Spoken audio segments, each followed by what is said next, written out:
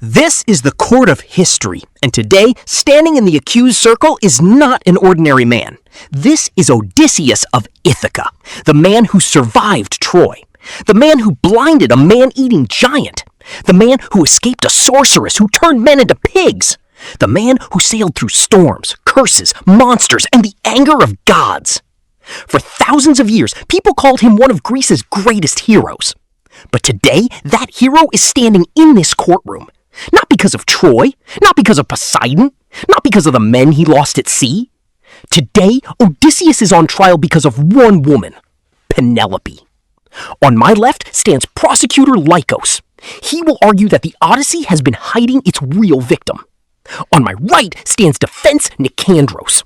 He will argue that Odysseus never stopped trying to come home.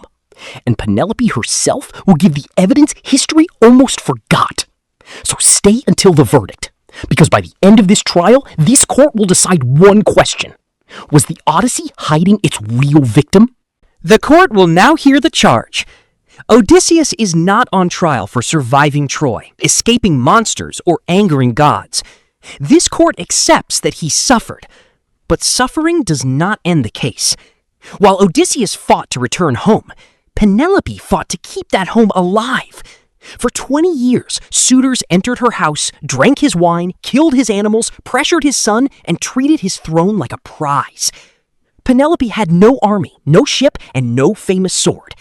Only patience, intelligence, delay, and dangerous hope. So the charge is this. Did the Odyssey turn one person's journey into glory while turning another person's survival into silence?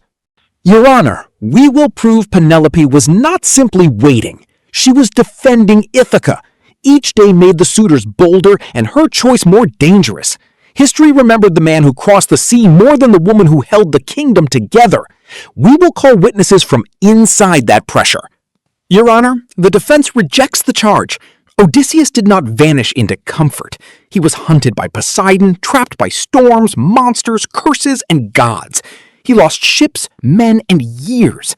Still, his heart kept turning toward Ithaca. A tragedy can have two wounds. We will prove Odysseus was not the thief of Penelope's story. He was another prisoner inside it. Then this trial will not ask whether Odysseus is a hero. It will ask whether he was the only hero. Your Honor, to prove Penelope was not simply waiting, we call Telemachus of Ithaca, son of Odysseus. He grew up not inside the legend, but inside the empty space that legend left behind. Your Honor, people speak of my father through storms, monsters, gods, and the sea. But my war happened at the dinner table. Every day, men entered our house like it was already theirs. They ate our food, drank our wine, killed our animals, and laughed in my father's hall. I was too young to stop them, but old enough to understand. They were not guests. They were a slow invasion. My mother stood at the center. The suitors wanted more than food. They wanted her decision. If she chose one of them, that man could claim the house, the throne, and Ithaca's future. So she survived with delay. Grief in public, strategy in private. Reject them openly, and they could turn violent. Accept one, and my father's house was gone. That was her battlefield. Telemachus? First question. Did Penelope's delay protect Ithaca? Yes! Her delay kept the suitors from taking the throne. She held the house together with the only weapon she had, time. And did her suffering prove Odysseus chose to abandon her? No! I only know his absence wounded the house. I do not know if he stayed away willingly. Second question. Whether Odysseus meant it or not, who paid the cost inside the palace? Penelope paid it. Every feast made the suitors bolder. Every year made her choice more dangerous. And did hope in Odysseus still matter? Yes! Hope kept the house from surrendering.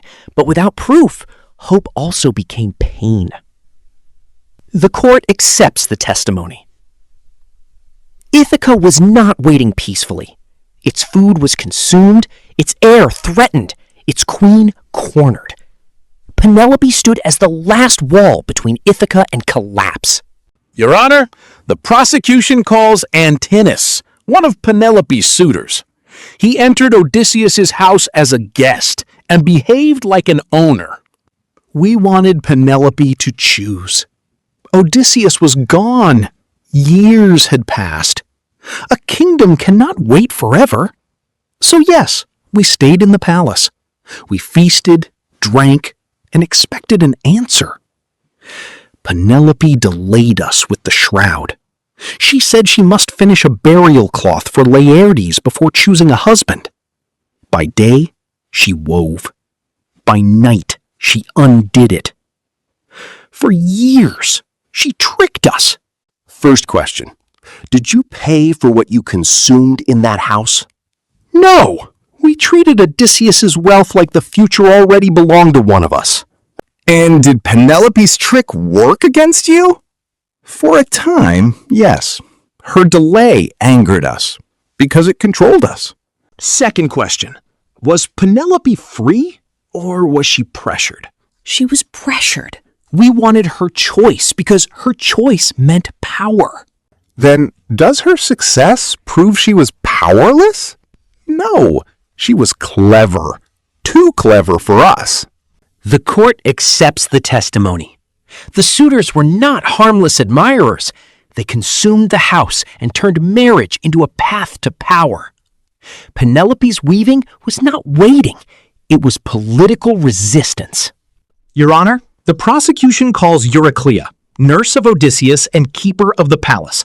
She saw what the songs often leave behind. Your Honor, grief has two faces. The one people see and the one people never hear. In the hall, Penelope had to be queen, calm, careful, measured. Behind closed doors, I saw her cry. I saw her beside the loom, holding herself together by thread. Every day, she ruled a house no longer fully hers. Every night, she wondered if Odysseus was alive, dead, or gone forever. She was grieving and calculating at the same time. She had to keep the suitors close enough to avoid violence, but far enough that none could claim her. There was no safe choice, only less dangerous ones. First question, was Penelope simply waiting? No, waiting is passive. Penelope was surviving with silence, delay, questions, and hidden tears. And when Odysseus returned, did he arrive untouched and safe? No, he came disguised as a beggar. I recognized him by the scar on his leg. Second question, whose wound was easier to see? Odysseus's scar was visible. Penelope's wound lived inside.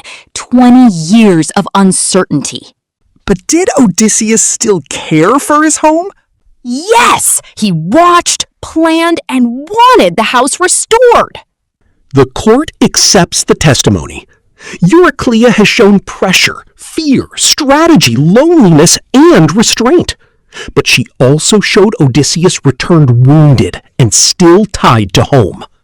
Penelope was not merely waiting. Odysseus was not merely absent. Your Honor, the defense calls Athena, goddess of wisdom. She witnessed the forces that held Odysseus far from home. Odysseus did not leave Ithaca because he stopped loving it. He was trapped in a world where mortal choice was crushed by divine anger. After Troy, Poseidon hated him. Storms broke him. Monsters hunted him. His men made reckless choices. Whenever Ithaca came closer, disaster pushed it away. I saw him on Calypso's island, not celebrating, not ruling, not forgetting Penelope. He wept by the shore and looked toward a sea he could not cross. First question, was Odysseus simply choosing delay? No, he was trapped by forces larger than one man. And did those forces erase Penelope's cost? No, gods may explain delay, but they do not erase human cost. Second question, did Odysseus still long for Ithaca? Yes, his longing stayed pointed home. And was Penelope's wisdom smaller than his? No, wisdom was not only at sea, it was also at the loom. The court accepts the testimony. Athena explains the delay, but explanation is not erasure. The gods made Odysseus's road harder. They did not make Penelope's years lighter.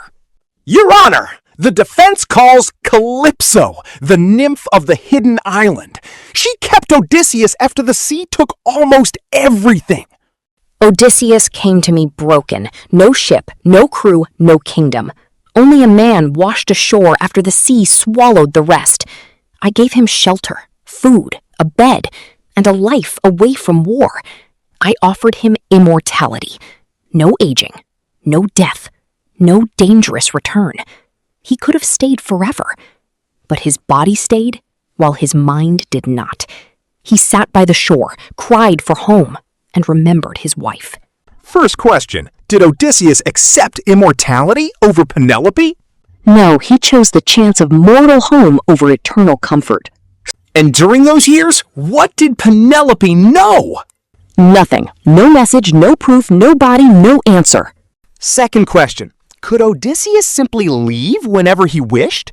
No, he had no ship until the gods allowed him to go. But did his longing protect Penelope from absence?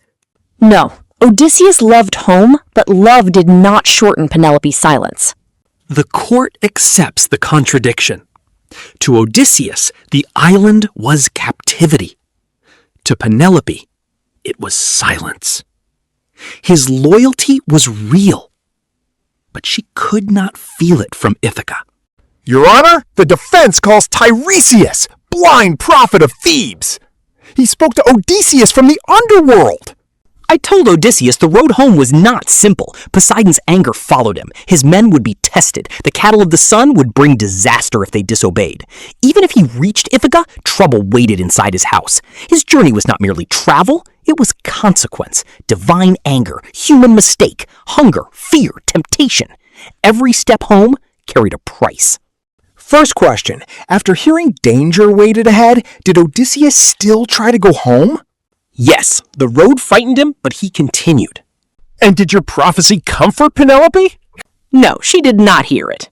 Second question, was Odysseus running from home? No, he moved toward it through prophecy, punishment, and death. And what did Penelope receive while he received prophecy? Uncertainty, no map, no messenger, no voice saying her pain had meaning. The court accepts the testimony. The hero at sea received explanations. The queen at home received uncertainty. Both roads were dark. His road had monsters. Hers had silence. Your Honor, before Penelope speaks, the defense calls Odysseus himself. Let the accused answer for his own heart. I will not pretend I was innocent of all things. I was proud. I made enemies. I angered gods. I led men who trusted me, and many never came home. Their names weigh on me. But I did not forget Ithaca, and I did not forget Penelope. I faced monsters, buried friends, heard the dead, and sat beside immortality on Calypso's shore. Still, I wanted a mortal life in my own home, because Penelope was there. Because my son was there. Because a broken man can still walk toward one name. Home was not only a palace. It was the bed I built with my hands. The olive tree rooted in the earth. The secret no suitor could steal. When Penelope tested me with the bed, I understood. She was protecting truth after 20 years. First question, did you abandon Penelope in your heart? No, my road kept breaking, but my heart kept turning home. Did your longing protect Penelope from the suitors? No, my longing was real, but it did not shield her. Second question, was Penelope merely waiting? No, she guarded the life I was trying to return to. Without her, my journey ended at an empty house. Then what honor does she deserve? If I am called clever for surviving monsters, she must be called clever for surviving men. If I am a hero for returning, she is a hero for remaining. The court accepts the statement. Odysseus admits his longing did not protect Penelope. He also admits her endurance gave his return meaning. Your Honor, the prosecution calls Penelope of Ithaca, not as a symbol, prize, or wife at journey's end, as herself. For 20 years, people asked one question about me. Did I wait? But waiting is too small a word. A chair waits. A room waits. I measured danger every morning. I heard men laughing in my halls and wondered which one would become desperate first. I watched my son enter danger before manhood. Too hopeful, and they mocked me. Too cold, and they pushed harder. Choose one, and Ithaca was lost. Reject all, and violence could come. So I lived between surrender and revolt. The loom was my battlefield. By day, I wove the shroud. By night, I undid it. Thread by thread, I bought time for the living. For Telemachus, for the house, for the chance Odysseus might return. First question, what do you ask from this court? Recognition. Let Odysseus keep his storms and monsters, but do not say the story has only one hero. Did you know Odysseus also suffered? Yes, I know the gods were cruel and the sea took years from him. Second question, was your loyalty easy? No, loyalty can become a cage when no one sees the cost. Do you blame Odysseus more than the silence around your story? I blame the silence more than the man. His suffering was sung, mine hid inside loyalty. Was the Odyssey hiding its real victim? It was hiding one of them. Not because Odysseus felt nothing, but because my pain was quieter. And the world often mistakes quiet pain for smaller pain. The court has heard enough. Telemachus showed a house under siege. Antinous showed pressure, not romance. Eurycleia showed grief behind the queen. Athena, Calypso, and Tiresias showed gods, captivity, prophecy, and a dangerous road home. Odysseus and Penelope spoke for themselves. So this court gives its verdict. Odysseus is not guilty of forgetting Penelope. The evidence does not prove that. He longed for home, refused immortality, and returned wounded. But this court finds the legend guilty. Guilty of making one kind of suffering louder than another. Guilty of turning the sea into adventure and the palace into background. Guilty of calling Odysseus clever for surviving monsters while making Penelope's cleverness sound like patience.